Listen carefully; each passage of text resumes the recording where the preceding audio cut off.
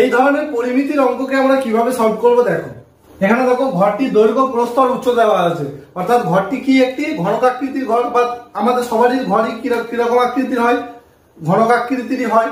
তো আমি এখানে একটা ছবি এঁকেছি, দেখো সেই ঘনকাকৃতির ছবি এঁকেছি, যেখানে দৈর্ঘ্য হচ্ছে 20 মিটার আর প্রস্থ হচ্ছে আমাদের 10√2 মিটার আর উচ্চতাটা বলে দিয়েছে 5 মিটার। তো আমরা এই ঘরটার মধ্যে সব থেকে বড় যে লোহা দণ্ডটা রাখতে পারবো সেটি হলো, দেখো উপরের একটি কোণ থেকে বিপরীত দিকের নিচের একটি কোণ পর্যন্ত যে দূরত্বটা, সেটাই হবে সব থেকে বড় দূরত্ব। তার মানে এই আয়তঘনকটি আমাদের কি বের করতে হবে, কর্ণের দৈর্ঘ্য বের করতে হবে। তো আয়তঘনকের কর্ণের দৈর্ঘ্যের সূত্র কি হয়, √ দৈর্ঘ্য স্কয়ার প্লাস প্রস্থ স্কয়ার প্লাস উচ্চতা স্কয়ার।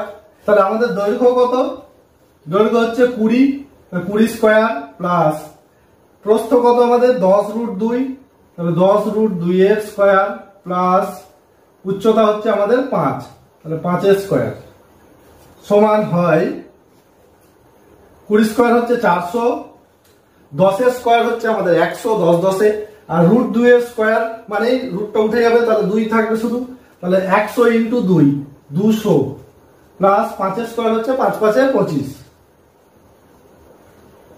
অর্থাৎ √625। তো 625 কে আমরা ভাঙলে 25 25 পাই, তো 25 25 625 হলে আমাদের আনসার হবে 25। বুঝা গেল? তোমরা যদি ম্যাথটি বুঝে থাকো তাহলে এই ম্যাথটির আনসার কত হবে আমাকে কমেন্ট করে জানাও, আর ভিডিও ভালো লেগে থাকলে একটি লাইক শেয়ার কমেন্ট করে দিও।